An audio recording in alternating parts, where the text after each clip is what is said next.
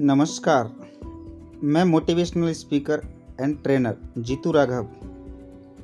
हम बात करने जा रहे हैं कि मनुष्य अपने आप को किस प्रकार से निर्मित करता है। ये थोड़ा अजीब लगेगा, पर ये सत्य है कि मनुष्य ही मनुष्य का निर्माण करता है। आप शायद तथ्य को कहीं और ले जाएं, लेकिन मेरा तात्पर्य यह है कि मनुष्य के जो आचरण है, व्यवहार है और जो कुशलता है, उसका निर्माण करता खुद मनुष्य है।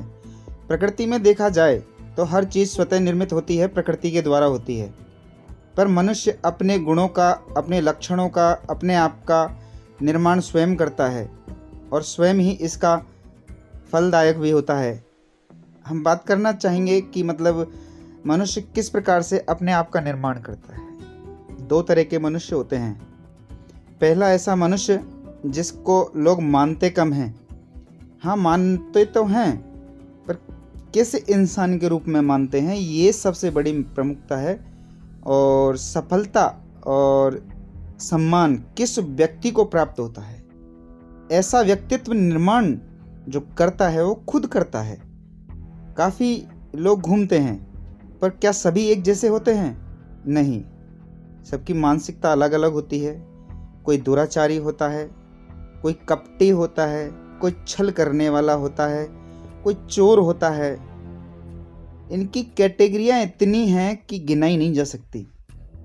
पर एक सज्जन व्यक्ति जो अपना ध्यान रखते हुए अपने सामने वाले का ज़्यादा ध्यान रखे, अपने रिश्तों को ज़्यादा मजबूती प्रदान करे, अपने रिश्तेदारों से ज़्यादा लगाव रखे, अपने ऑफिशियल वर्क में यदि वो बड़ा प्रोडक्टर है, निर्माण करता है, यदि कोई उसकी बड़ी शॉप है, तो अपने लेबर्स जो अपने काम करने वाले होते हैं, उनका ध्यान कैसे रखेगा? तो सफल वही होते हैं जो उनके साथ अच्छे व्यवहार रखते हैं। बस मैं इन्हीं चीज़ों की बात करने जा रहा हूँ कि मनुष्य अपने स्वयं का निर्माण कैसे करता है, स्वयं का गठन कैसे करता है, अपने आप को निखारता कैसे है। आपने कहावत सुनी होगी, जैसी संगत वैसी रंगत। तो सत्य है ये कहावत। संगत का असर भी बहुत ज़्यादा देखने को मिलता है, लेकिन वो मनुष्य की सोच के ऊपर डिपेंड करता है कि उस संगत में यदि अच्छी संगत के साथ भी रहता है तब भी उस पर असर नहीं होता, लेकिन उस संगत के गुणों को अपने अंदर ढाल ले तो वो असर करती है। जैसे कि सब्जी में गरम मसाला हम डाल तो देते हैं, लेकिन सब्जी में गरम मसाले को सब मसाला बनाते समय डाल दिया जाए तो उसके कण कण में रम जाता है और उसके हर कण में उस गरम मसाले का स्वाद आता है। जैसे मनुष्य सब्जी के ऊपर से जो गरम मसाला डालता है, वो उसके ऊपर वाले पानी का स्वाद रह जाता है और वो फिर खत्म हो जाता है। जैसे जैसे मनुष्य का पेट भरता है, वो स्वाद भी धीरे धीरे कम पड़ता चला जाता है। इसी प्रकार मनुष्य यदि संगत में रहते हुए उन संगति के अच्छे लक्षणों को अपने अंदर उतारता जाए। संगत में ऐसा नहीं है कि वो सामने वाला व्यक्ति जिसके संगत करता है वो एकदम प्योर है, नहीं है। उसके अंदर भी अवगुण है, उसके अंदर भी दुराचारी हो सकती है, लेकिन मनुष्य की प्रकृति छांटने वाली होनी चाहिए, जिससे छन्नी होती है। उसमें से जो अच्छा पदार्थ होते हैं वो छन कर निखर जाते हैं और जो बेकार होता है उसमें रह जाता है।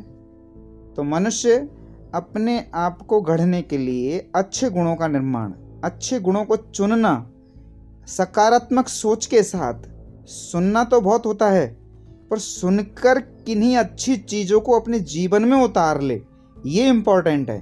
और यही तो नहीं कर पाता इंसान, क्योंकि इंसान समझता है मैं परिपूर्ण हूँ, मेरे अंदर सारे लक्षण हैं, मैं सब कुछ कर सकता हूँ, मेरे अंदर तो कोई अवगुण है ही नहीं। वो जो गलत करता है वो भी अवगुण नहीं मानता। क्यों नहीं मानता? क्योंकि वो अपने आप को परिपूर्ण मान चुका है।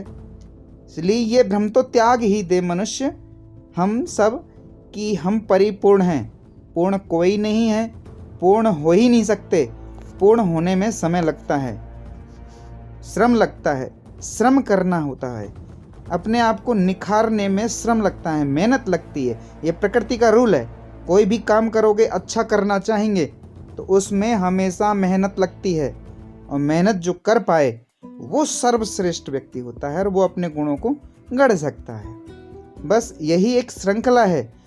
चुनना, कैसे चुनोगे?